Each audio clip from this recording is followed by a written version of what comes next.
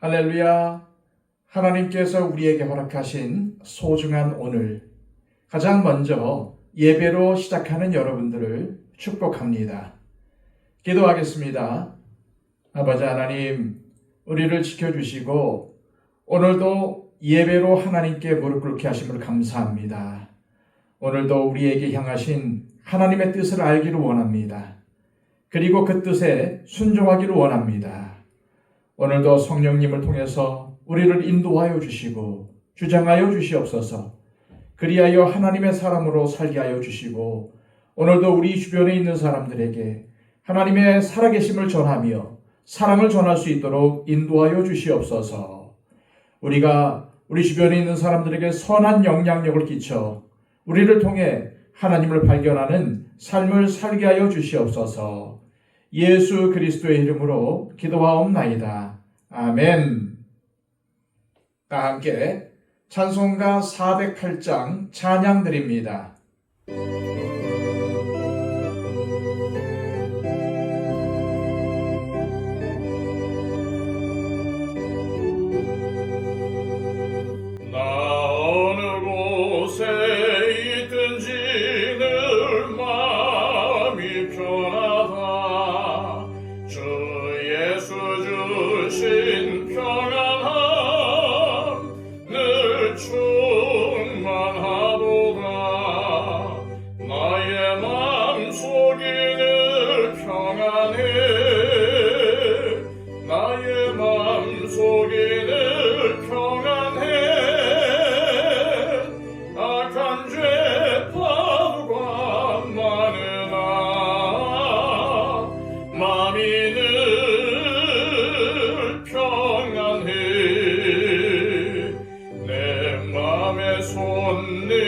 영생수 한없이 흐르니 목마름 다시 없으며 늘 평안하도다. 나의 맘속이 늘 평안해. 나의 맘속이 늘 평안해. 악한 죄 파도가 많으나 마음이 늘 평안해. 참되신 주의 사랑을 형언치 못하네. 그 사랑 내 맘 여시고 소망을 주셨네. 나의 맘속이 늘 평안해. 나의 맘속이 늘 평안해. 악한 죄 파도가 많으나 마음이 늘 평안해. 주 예수 온갖 고난을 왜 몸소 당했나. 주 함께 고난 받으면 멸류관 없겠네. 나의 맘속이 늘 평안해. 나의 맘속이 늘 평안해. 악한 죄 파도가 많으나 마음이 늘 평안해. 이 시간 우리에게 주시는 하나님의 복된 말씀은 신약성경 요한계시록 4장 4절에서 8절까지의 말씀입니다. 신약성경 403쪽입니다. 또 보좌에 들려 24보좌들이 있고 그 보좌들 위에 24장로들이 흰옷을 입고 머리에 금관을 쓰고 앉았더라. 보좌로부터 번개와 음성과 우레소리가 나고 보좌 앞에 현 등불 7이 있으니 이는 하나님의 7 영이라. 보좌 앞에 수정과 같은 유리바다가 있고 보좌 가운데와 보좌 주위에 네 생물이 있는데 앞뒤에 눈들이 가득하더라. 그 첫째 생물은 사자 같고 그 둘째 생물은 송아지 같고 그 셋째 생물은 얼굴이 사람 같고 그 넷째 생물은 날아가는 독수리 같은데 네 생물은 각각 6날개를 가졌고 그 안과 주위에는 눈들이 가득하더라. 그들이 밤낮 쉬지 않고 이르기를 거룩하다 거룩하다 거룩하다 주 하나님 곧 전능하신 이여 전에도 계셨고 이제도 계시고 장차 오실 이시라 하고. 아멘. 지난 시간 요한 사도는 하늘에 열린 문을 통해서 이리로 올라오라는 나팔 소리와 같은 음성을 들었고 성령의 감동이 되어 눈을 들어보니 거기에는 하늘 보좌가 있었고 보좌 위에는 전능하시고 전에도 계셨고 이제도 계시고 장차 오실 영원하신 하나님 아버지께서 앉아 계셨습니다. 그런데 보좌에 앉으신 하나님의 모습은 보석처럼 변하지 않고 영원하신 하나님을 나타내며 보좌에 둘린 무지개는 약속을 끝까지 지키는 하나님의 신실하심을 의미한다고 했습니다. 그런데 그 보좌를 중심으로 몇 가지의 장면들이 등장합니다. 먼저 4절입니다. 또 보좌에 둘려 24보좌들이 있고 그 보좌들 위에 24장로들이 흰 옷을 입고 머리에 금관을 쓰고 앉았더라.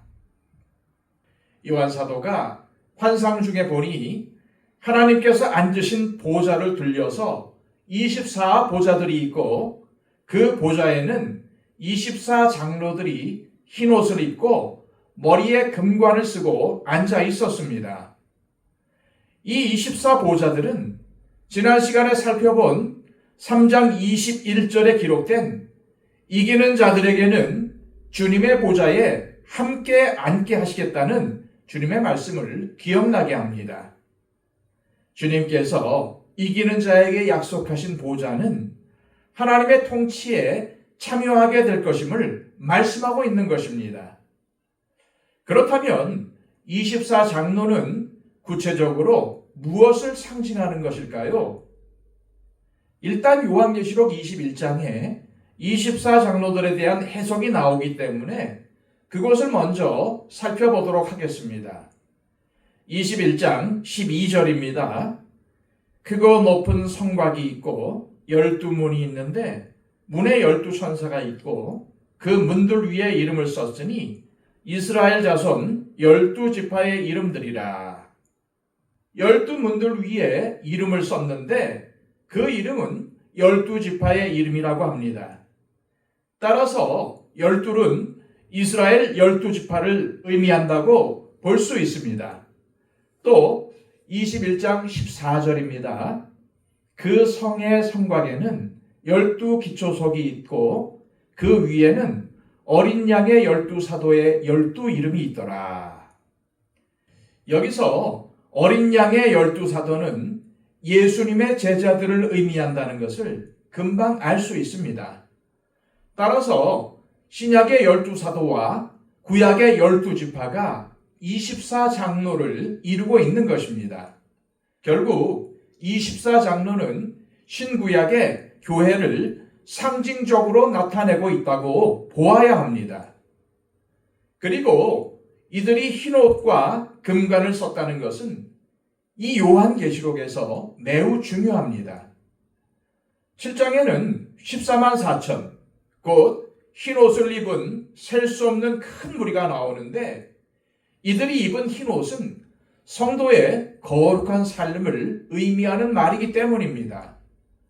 다시 말해 14만 4천 명이 입고 있는 흰옷은 요한계시록에서 끝까지 믿음을 지키고 승리한 하나님의 신실한 백성들에게 주어지는 복장이었습니다.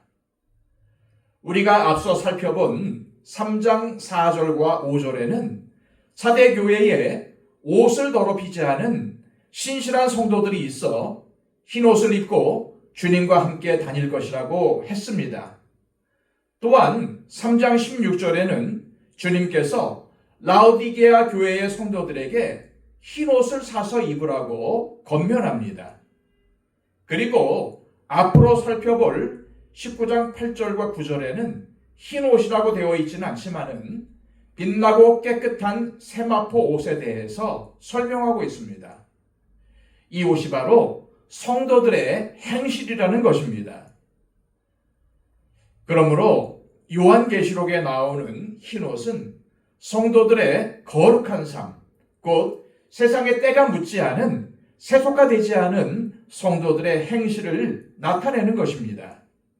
그리고 24장로들은 머리에 금관을 썼는데 이는 왕이 쓰는 왕관을 말하는 것이 아니라 경주에서 승리한 사람들이 받는 면류관을 가리키는 것입니다. 다시 말해 주님은 주님에 대한 믿음을 끝까지 지킨 자의 머리에 이 금관을 씌워주신다는 말입니다. 계속해서 요한 사도는 하나님 보좌 주변의 전경에 대해서 묘사합니다. 6절에서 8절 상반절입니다. 보좌 앞에 수정과 같은 유리바다가 있고 보좌 가운데와 보좌 주위에 네 생물이 있는데 앞뒤에 눈들이 가득하더라. 그 첫째 생물은 사자 같고 그 둘째 생물은 송아지 같고 그 셋째 생물은 얼굴이 사람 같고 그 넷째 생물은 날아가는 독수리 같은데 네 생물은 각각 6 날개를 가졌고 그 안과 주위에는 눈들이 가득하더라. 요한 사도는 하나님 보좌 가운데와 그 보좌를 둘러서 네 생물이 있다고 합니다. 그런데 이 네 생물의 앞뒤에는 눈들이 가득하다는 것입니다. 이 네 생물의 모양은 첫째가 사자, 둘째가 송아지, 셋째는 얼굴이 사람 같고 넷째는 날아가는 독수리 같다고 합니다. 이 네 생물은 무엇을 의미하는 걸까요? 학자들은 이 네 생물이 모든 피조물들을 대표한다고 봅니다. 하나님께서 창조하신 가장 탁월한 피조물들이라는 말입니다. 먼저 사자는 맹수 중에 가장 강한 짐승이고 독수리는 날짐승 가운데서 가장 위압적이며 소는 가축 중에서 가장 소중하게 사용되는 짐승이고 사람은 하나님께서 창조하신 모든 피조물 가운데 가장 탁월한 피조물이라는 것입니다. 또한 이 피조물들이 하나님 보좌 가운데와 보좌 주위에 있다는 것은 하나님께서 온 피조 세계에 충만하신 분이라는 의미입니다. 그리고 하나님은 창조하신 모든 피조물로부터 영광을 받고 계신다는 의미입니다. 그렇다면 이 네 생물에 가득한 눈들은 무엇을 의미하는 걸까요? 네 생물의 많은 눈들은 주님이 언제 오실지 알 수 없기에 영적으로 늘 긴장하여 깨어있음을 의미하며 하나님의 뜻을 알기 위해서 하나님의 말씀을 부지런히 살피고 늘 묵상하는 열정을 의미한다고 볼 수 있습니다. 천국을 소망하는 그리스도인들은 영적으로 항상 깨어 있어야 합니다. 주님은 마가복음 13장에서 그가 훈련이 와서 너희가 자는 것을 보지 않도록 하라 라고 당부하셨습니다. 오직 깨어있는 영성을 유지하는 자만이 세속에 물들지 않은 흰옷을 입을 수 있고 주님께서 주실 금관을 쓸 수 있다는 사실을 명심하시길 바랍니다. 또한 하나님은 우리가 하나님을 알기에 열심을 내기를 원하십니다. 바울사도는 에베소서 4장 18절에서 이렇게 권면했습니다. 그들의 총명이 어두워지고 그들 가운데 있는 무지함과 그들의 마음이 굳어짐으로 말미암아 하나님의 생명에서 떠나 있도다. 바울사도는 우리 그리스도인들이 하나님을 알기에 게을리하여 영적 무지에 빠지지 않도록 경고한 것입니다. 오늘 말씀에 비추어 우리는 우리 자신을 돌아보아야 합니다. 오늘 본문의 24장로와 네 생물은 바로 우리를 비추는 거울입니다. 주님은 소마나 교회를 향하여 이렇게 격려하셨습니다. 네가 죽도록 충성하라. 그리하면 내가 생명의 관을 네게 주리라. 하나님께서 예비하신 천국 잔치에 참여할 수 있는 자들은 죽도록 충성하여 승리한 자들입니다. 주님은 승리한 자에게 생명의 면류관을 약속하셨습니다. 그런데 이 생명의 면류관이 오늘 본문에는 24장로들이 입고 있는 흰옷과 금관으로 표현되고 있는 것입니다. 우리는 주님께서 주실 흰옷과 금관을 얻기 위해 힘써야 합니다. 그러려면 세상과의 싸움에서 승리해야 합니다. 세상의 미혹에 넘어가 세속화되어서는 안 됩니다. 네 생물의 수많은 눈이 의미하는 것처럼 항상 영적으로 깨어 하나님을 알기 위해 열심을 내야 합니다. 이 시간 기도하실 때 하나님 아버지, 오늘 말씀을 거울 삼아 늘 깨어있게 하옵소서.